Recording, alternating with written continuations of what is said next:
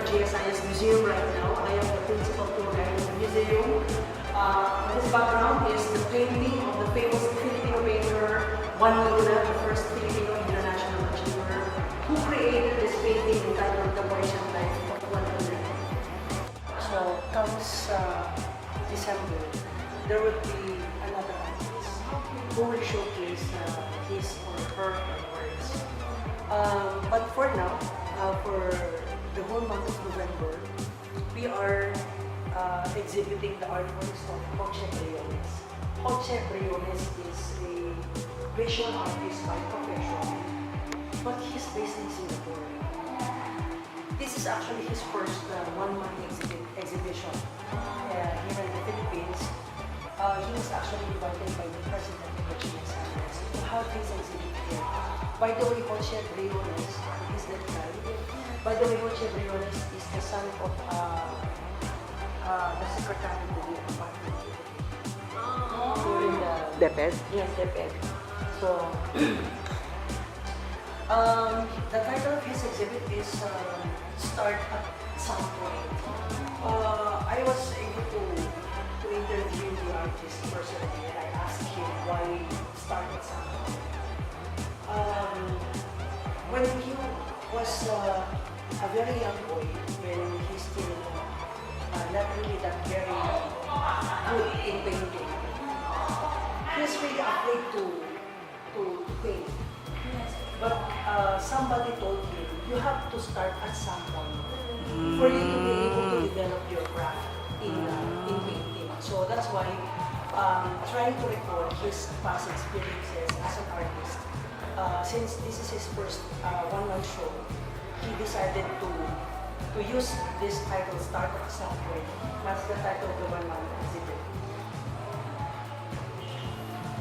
So some of the artworks he brought along with him from Singapore, and then he decided to put them in a frame here in the Philippines because according to me it's quite cheaper here in the Philippines. Framing. The dragon is actually one of his first works, one of his early works, and he gave this dragon to the This is his mom actually. yes. He told me that if you notice the face of my dragons, if they are benevolent, if they are kind, it's my mom. Before you start, let us present you Ricky. This is a souvenir from the GSIS Museum. This is a collectible stamp. Wow. This is an limited edition stamp. Yes, collected. And these are some of the Yes. the info that you need to read about it. This is the info about the stamp, and then some more information about our three heroes, Filipino heroes. Okay, thank you. So this is for you. And are they in the park? There's a park, heroes park. The result. Yes. They're there. Most of our parks, we have a statue of our national hero. This painting, the original painting, is at the National Museum. Yeah. It's on loan at the national. Not here. There's a small room there where we have A replica. We have a replica of the painting.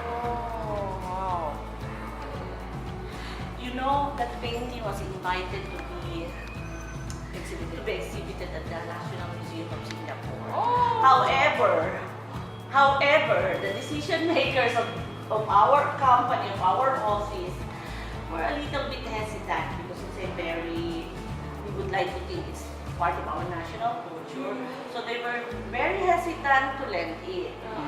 So we were not able to meet the deadline of the National Museum of Singapore.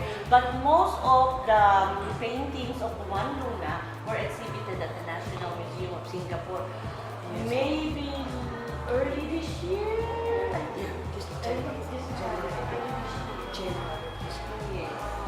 So we missed that. We were planning to all go to Singapore to to attend the opening, if only. If only. Next time. Yes.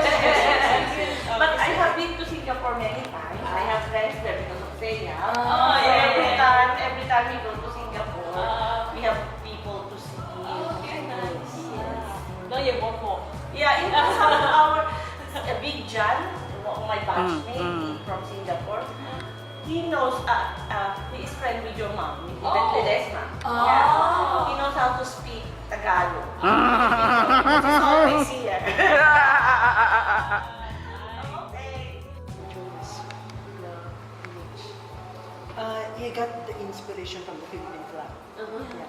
Basically, the colors talks about the Philippine flag. So we have the red, the blue, and the white. You have the 3 yellow stars here, which symbolizes the Luzon, Visayas, and Mindanao. Luzon, Visayas, and Mindanao, the 3 places in the Archipelago. Philippines. Archipelago. Oh, so this The Philippine archipelago. is the symbol of the place. Yes, Luzon, Visayas, and Mindanao. We are now in Luzon. Okay, then. We are in Luzon. And this area has its own symbol? Is it like a symbol that's recognized here, or he just designed a symbol to represent that? In the Philippine flag, there is really that symbol. So we have 3 stars. There are 3 stars in the Philippine flag. So here he just decided to make it round. Okay, so this symbol itself is something he created on his own? Yes, It's not all... But it replicates her flag. Yeah. It is just executed differently. Yeah. Because I was just wondering, does this, the symbol itself might be actually like the emblem of the single place? Oh. And then this one will be The sun. Because in the original it's there. The sun, yeah, it's in the middle. Originally, the sun supposed to be here. and then it is Stars.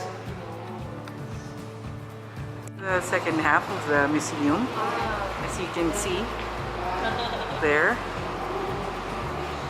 And here in this room, this is what they call the Parisian life. So this is a very special room, actually. oh, that art. Very special room. Sorry about the tables and chairs. We used to conduct trainings, workshops here in this room. I would say the very highlight of the GSIS Museum is the Parisian life of Juan Luna. This is exactly the painting that was in the stamp. But this is a replica. If you want to see the original painting, it's in the National Museum. Perhaps you can drop by the National Museum one of these days. This painting was bought by GSIS way back in 2002 for 46 million pesos at Christie's auction in Hong Kong. That was in 2001. I think the appraised value of this painting now is 200 million. So from 46 million in 2002 now, 2018, it's 200 million plus. Yes. By the way, again, I'd like to repeat, this is a replica. Yeah. So the things, the pictures that you see around are connected to this painting. So usually when we conduct a lecture about this painting, it would take about 1 hour and 30 minutes for the whole duration of the discussion. Just like what Ms. Nini a while ago mentioned, this painting was invited supposedly. It should be part of the Singaporean exhibit, but due to some unavoidable circumstances, so it did not materialize. But anyway, aside from the spoliarium is a big painting which you can see at the National Museum. This is the painting, this is more painting, it's also a creation by Juan Luna. So if we are to talk about the first Filipino international achievement, it's Juan Luna because Juan Luna was the first Filipino who won 2 gold medals in an international art competition because of the spoliarium. So again, when you go to the National Museum, you can see the spoliarium. Going back to this painting, This is also an award-winning piece by Juan Luna. This certificate would show us that this painting won silver merit award in an exposition some time ago, long time ago. So when GSIS bought this painting, together with this original certificate, so this is an original certificate, wherein GSIS got it when we bought that painting at Christie's auction. There are several titles given to this painting, but the title now that we have is Parisian Life. Parisian Life meaning life in Paris. Why is that? Because originally the painting was created by Juan Luna in Paris, France. Yes. Some of the titles given to the painting were The Maid. It was entitled The Maid. It was also entitled Un Coquette. Un Coquette is a French word meaning the flirt. The flirt, yes. And then there's also the title given to this painting, Interior de un Café. Interior de un Café, also a French word meaning inside the cafeteria. Oh. In fact, it was actually the subject of the painter, Juan Luna. That scenario was inside the cafeteria. It was an original cafeteria somewhere in the downtown in Paris, France, wherein those three Filipino patriots usually spend most of their time hanging out in this cafeteria. So, until finally, the title was Parisian Life, because when GSIS bought the painting, there was this small inscription at the back of the painting which says Parisian Life. So just to preserve the authenticity of the painting, so the GSIS decided to put it that way. So until now, the title of the painting is Parisian Life in Paris. The painting created a lot of controversies here in the Philippines. Why? Of course, the price itself is very controversial. It's 46 million pesos. There are three interpretations given to this painting, by the way.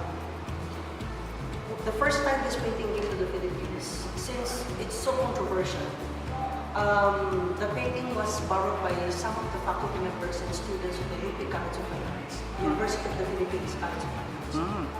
And then that's where the third interpretation was established.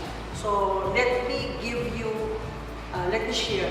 the three interpretations. In the first interpretation, this lady symbolizes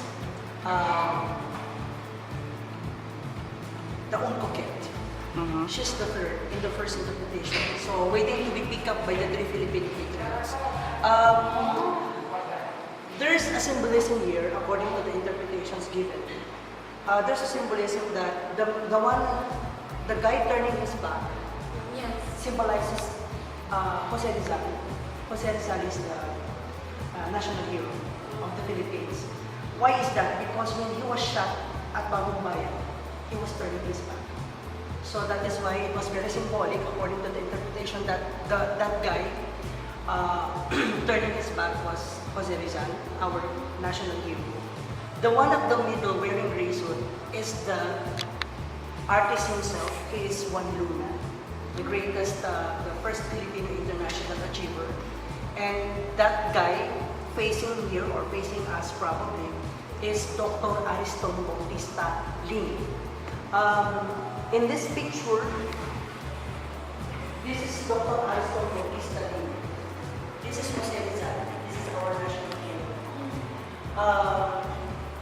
These are all members of the propaganda movement. When we say propaganda movement here in the Philippines, they are the ones who started the fighting for the Philippines during the Philippine Revolution. Okay, so these are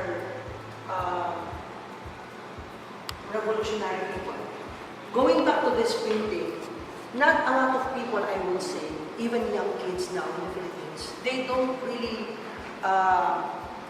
they are not quite familiar with Dr. Ariston Bautista Lim. Of course, when you talk about to young Filipinos nowadays, when you ask them who is Jose Rizal, definitely they will give you a 100% very good answer because they know that Jose Rizal is a national hero. When you ask them about Juan Luna, perhaps not all of them, but I think majority would say that Juan Luna is the greatest Filipino painter. But not about Dr. Ariston Bautista Lim. Just to give you an idea, Dr. Ariston Bautista Lim is a philanthropist. He is a philanthropist, and he was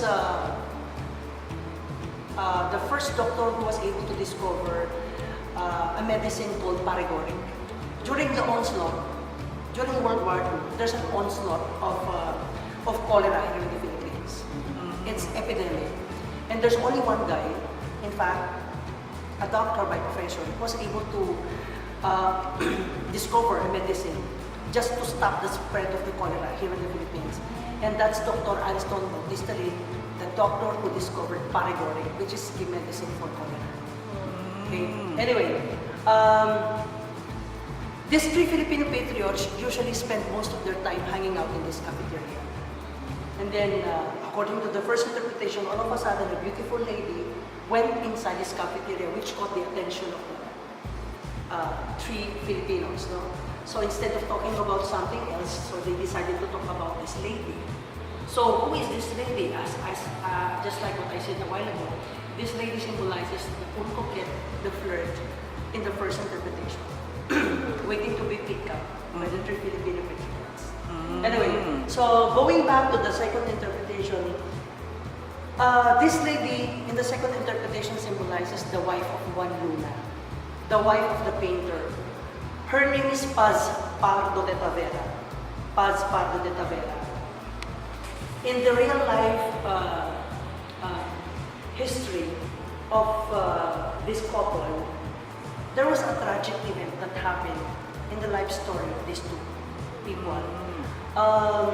It was confirmed and true enough, even if you're going to read some history books, if we're going to trace back our history. Juan Luna murdered the wife. Yes, murdered the wife. Even if you go to Paris, France, where these two couple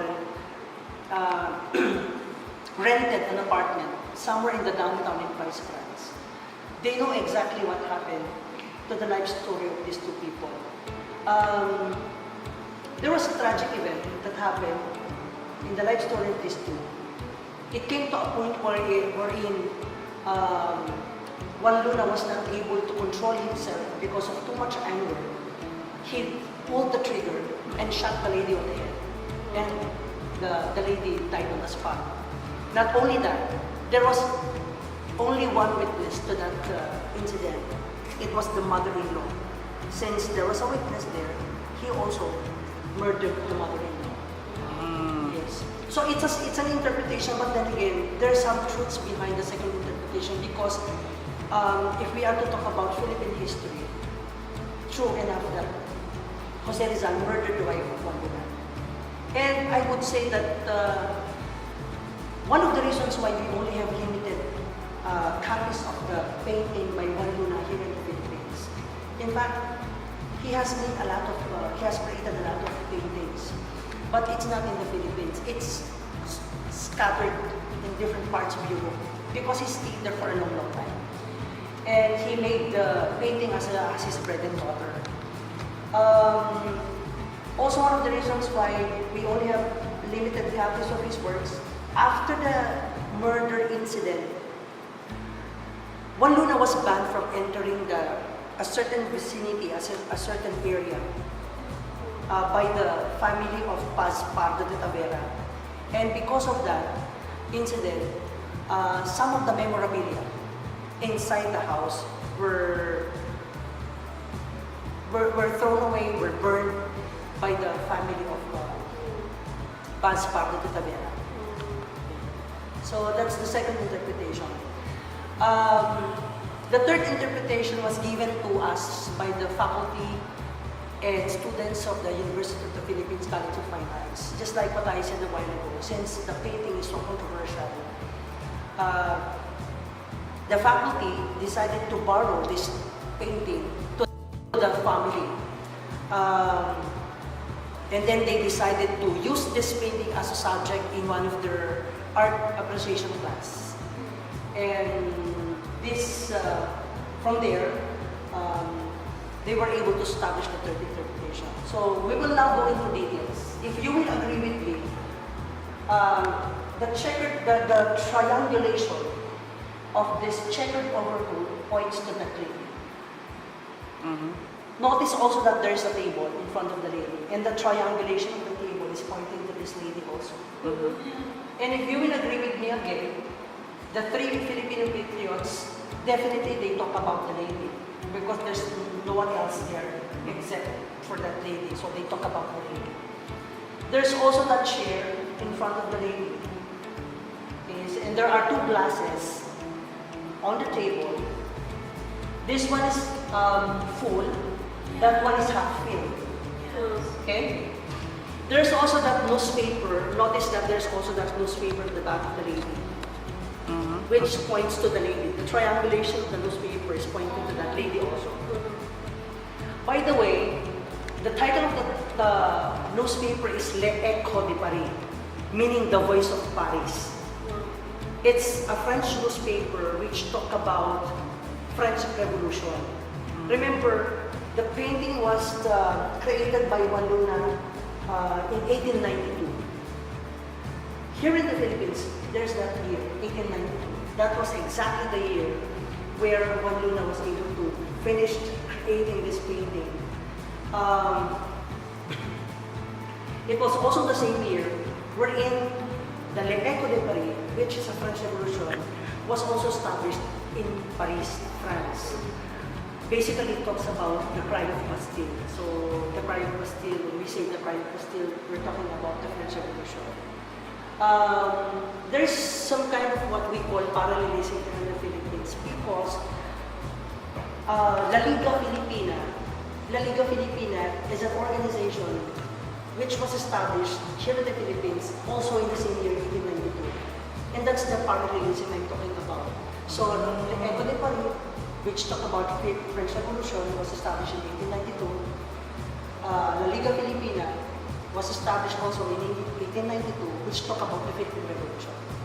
So that's the parallelism. That 1892 year, here in the Philippines, was already a year of upheaval.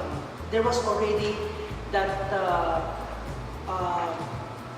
it was a time wherein the Filipino revolutionary members of the revolutionary Philippine Revolution, there was already that struggle.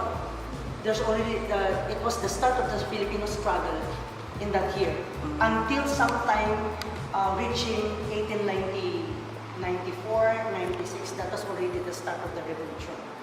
Going back to this painting, they say, UP, University of the Philippines faculties and students, said that there's a man occupying that chair in front of the lady, and it's a guy in the interpretation.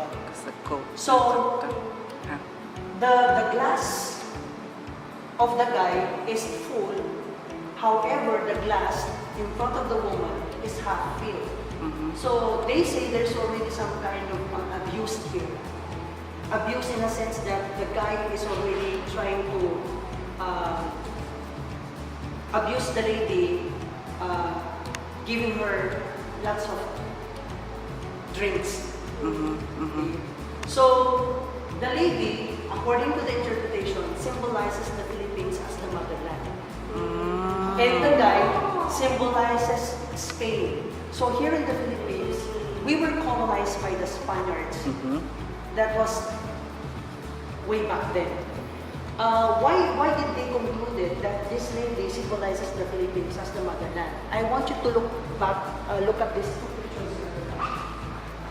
This is the picture. This is exactly the picture of that lady. This is the map of the Philippines. This is the mirror image of the map of the Philippines. Okay, mirror image. It's the mirror image.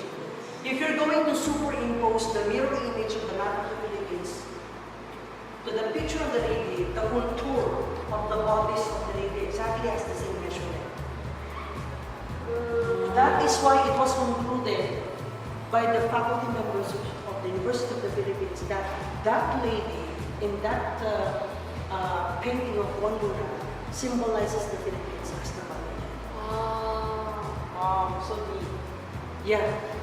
I would like to tackle a bit about this house, which is still connected to the painting.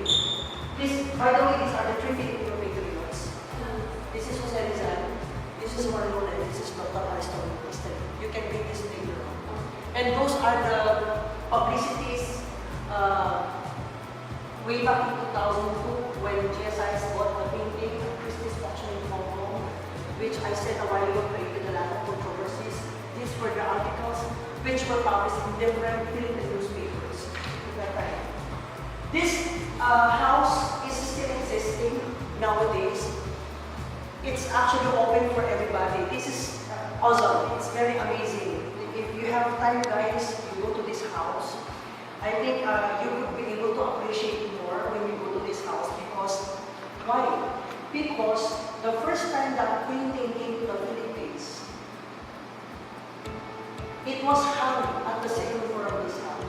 So when you go to this house now, you will see exactly the same painting. It's again a replica, which is situated or hung in one of the corners of this house at the second floor because that is where exactly the painting was hung the first time it came to the Philippines.